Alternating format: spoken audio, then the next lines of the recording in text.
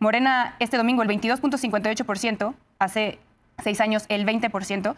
Es decir, hay una variación porcentual del 3%. No hay verdaderamente un desplome. Y considerando que en 2020 traían el arrastre de Andrés Manuel López Obrador en la presidencia. Entonces, bueno, ese sí es un tema importante, ¿no? Ya no tienes a López Obrador. Entonces, con ese desplome del 2%, a mí no me parece, vaya, con esa reducción del 2%, yo creo que no podemos hablar de un desplome. Muy bien. Efectivamente, si uno ve las encuestas, la imagen del PRI a nivel nacional es muy mala, Rubén. Es muy mala. Vanessa dejó en ridículo a Rubén y derribó la narrativa triunfalista del PRI en Coahuila. Acreedores acusan a Salinas Pliego en Nueva York de orquestar un fraude financiero. Se sabía que se iban a ganar los 16 distritos, las encuestas que circulaban y, así lo preveían y se sentía también. Sí. Segundo tema, pues es una intermedia que es al final una evaluación del gobernador. Sí. Y el gobernador sale muy bien calificado de Coahuila. Ahora, Vanessa, Morena no aceptó, o sea, sacó el tema del fraude electoral, ¿no? Yo creo que ambos partidos que hoy pues podemos hablar de triunfadores o los dos primeros lugares en Coahuila se equivocan en su narrativa.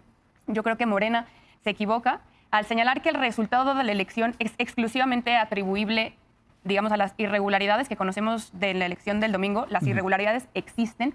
Hoy sabemos que hay casillas con el 100% de votación, con casillas con más votación que electores, las famosas urnas embarazadas, y habrán que analizarse por parte del organismo local. Sin embargo, yo creo que Morena se merece un juicio justo en torno a esta elección y el resto de las elecciones locales en donde no le ha ido como se ha esperado, en donde Andrés Manuel López Beltrán no entregó los resultados que había prometido. Entonces yo creo que Morena había pasado en Veracruz. Entiendo que de dientes para afuera esa sea la narrativa por parte de Morena. Espero que esa no sea la narrativa hacia adentro, porque estarían cometiendo un error. Creo que también el PRI se equivoca con esta narrativa triunfalista, porque ahora entro un poco más a ello, pero esta es una elección a todas luces excepcional. No solamente es excepcional, sino que podría pensarse que es una elección que funciona como un espejo contrario al PRI en el resto del país o en otros estados. Como bien dice Rubén, en el caso de Coahuila están bien evaluados. Como bien dice Rubén, en el caso de Coahuila tienen buenos resultados en materias importantes como es seguridad, desde lo que fue su administración, así ha sido. En el caso del PRI tienen control territorial, PRI Coahuila. También tienen el control del calendario electoral. No es coincidencia que el domingo hayamos visto una elección como la que denominamos huérfana, en donde solamente fuimos a ver los resultados por parte de congresos locales. Y también un estado en donde ser priista es una cosa identitaria, en donde, contrario al resto del país, no pesa tanto la mala imagen del partido, la mala imagen de su dirigencia, sino que está bien visto ser priista. Yo creo que Alito entiende muy bien esta anomalía. Y tan entiende esta anomalía que no importa que el Partido Acción Nacional, que Movimiento Ciudadano perdieron el registro, perdieron la capacidad de tener financiamiento local en este estado, que está llamándolos. Sacaron menos del 3%, ¿no? Sacaron menos del 3% y no obstante eso está llamándolos para que formen una alianza en el 2027. Entonces yo creo que esa invitación, no obstante esos resultados por parte del PAN y de Movimiento Ciudadano, por parte de Alito, lo exhibe de cuerpo entero. Yo creo que sabe que esto es una anomalía para su partido.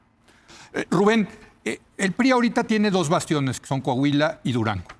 ¿Puede de ahí construir el PRI para resurgir, ahora sí como el ave fénix? Porque efectivamente, si uno ve las encuestas, la imagen del PRI a nivel nacional es muy mala, Rubén. Es muy mala. ¿Estarán de acuerdo ustedes con eso?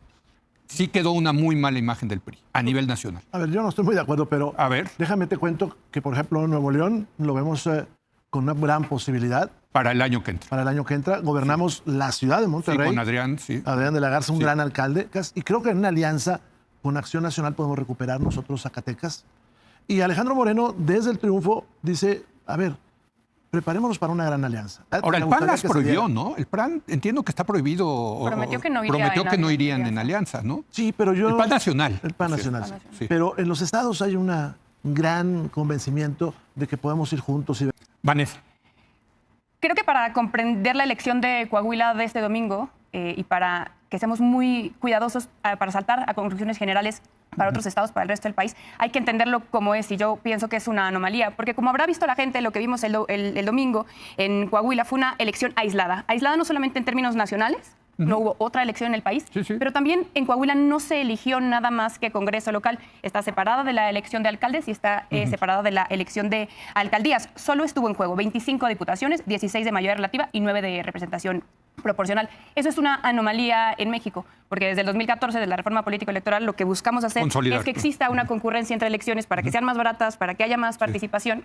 Y en Coahuila lo que ha sucedido es que el Congreso local, controlado por el PRI, no ha permitido que exista esa consolidación. Y les ha funcionado. Eso lo que provoca es que existan elecciones como la del domingo, que se llaman elecciones huérfanas o elecciones de estructura, que sabemos muy bien lo que provocan. Y provocan, uno, que lo que controle mayormente la elección sea la estructura territorial. Aunque la participación fue alta. La participación fue alta, pero si la comparamos con la elección anterior del 24, donde también hubo ayuntamientos y elección federal, que fue del 64%, vaya, sí es considerablemente menor, y a menor participación sabemos que tienen más peso las estructuras territoriales. Sí, sí. Luego también sabemos que en este tipo de elecciones pesa menos la marca nacional, es decir, pesa menos la popularidad de Morena, pesa menos la impopularidad del PRI, de su dirigencia, y pesan más las dirigencias locales. Y es verdad que Manolo Jiménez y otros cuadros se encuentran bien evaluados. De hecho, Rubén nos podría ahorita explicar un poco cómo es esa estrategia de pulverización de las elecciones, porque efectivamente tiene un efecto en el resultado electoral. Por eso creo que es muy difícil o algo irresponsable que pensemos que de esta elección tan particular,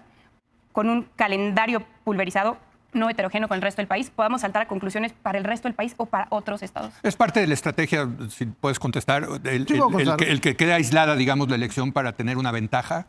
Pero esto, que estén separados, fue hace más de una década. Sí. Y es producto... Pero no la han cambiado como en otros estados. No se ha cambiado. Te lo pregunto porque, Rubén, porque se habla mucho de la falta de un liderazgo natural ahorita de la oposición. No hay una figura natural de oposición.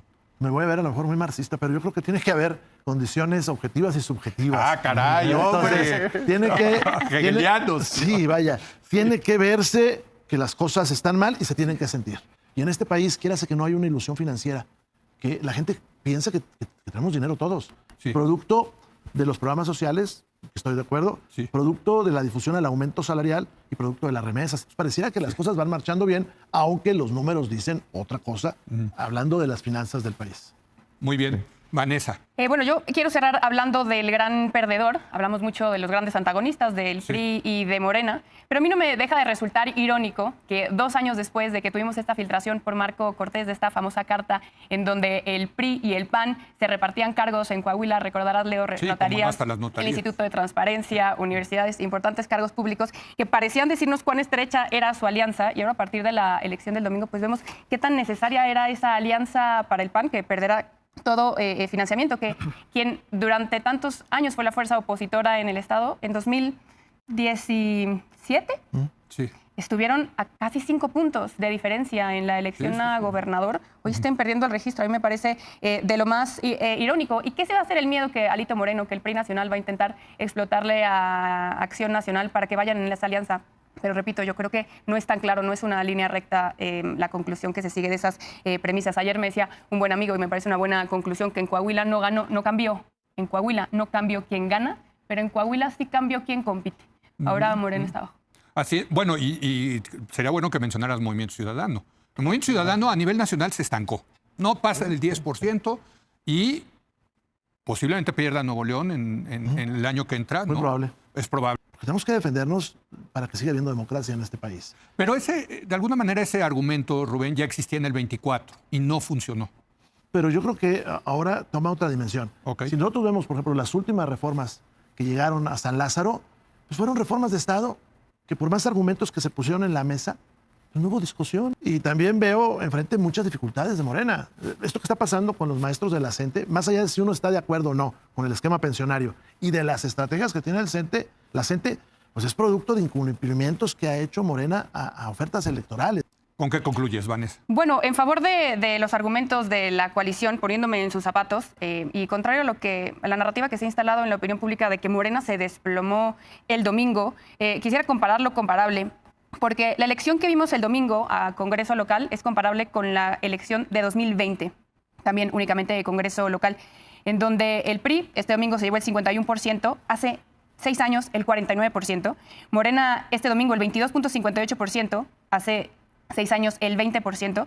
Es decir, hay una variación porcentual del 3%. No hay verdaderamente un desplome. Y considerando que en 2020 traían el arrastre de Andrés Manuel López Obrador en la presidencia. Entonces, bueno, ese sí es un tema importante, ¿no? Ya no tienes a López Obrador. Y tienes a lo que parece ser un mal operador, Andrés Manuel López Beltrán, en territorio. Entonces, con ese desplome del 2%, a mí no me parece, vaya, con esa reducción del 2%, yo creo que no podemos hablar de un desplome.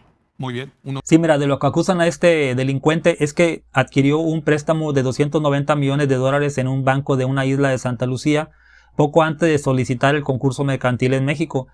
Sospechan que Grupo Salinas transfirió activos valiosos a compañías recién creadas para ocultar el dinero. Básicamente está creando otra empresa este delincuente para que cuando lo embarguen, pues no toquen esos activos. Eso es un tramposo, es un delincuente. Acuérdate que defraudó a AT&T en Estados Unidos y una jueza le impuso una fianza de $21 millones. El país que tanto ama, el de las libertades, ya lo hubiera metido preso si no tuviera $21 millones. Por eso te digo, la justicia funciona para los ricos. Por eso la reforma judicial aquí en México era necesaria. Ahora, Vanessa dice bien, dejan ridículo a Rubén. Lo único que no estoy de acuerdo con Vanessa es que dice que Morena tiene que haber una autocrítica y que decimos que perdimos porque nos hicieron fraude. De ninguna manera, no somos tontos en la 4T. Sabíamos que estaba muy complicada la elección ahí, con trampa o sin trampa, porque es un territorio muy, muy priista. Lo que sí estamos de acuerdo es que íbamos a ganar 5 o 6, porque las encuestas así lo decían. Pero no 16-0, hubo una operación de Estado. Hay infinidad de videos donde están amedrentando a diputados federales, gente de Morena que fue a observar las elecciones, solamente a gente de Morena y del PT. No molestaron a gente de MC, ni de Acción Nacional, ni del PRI, solamente a los de Morena.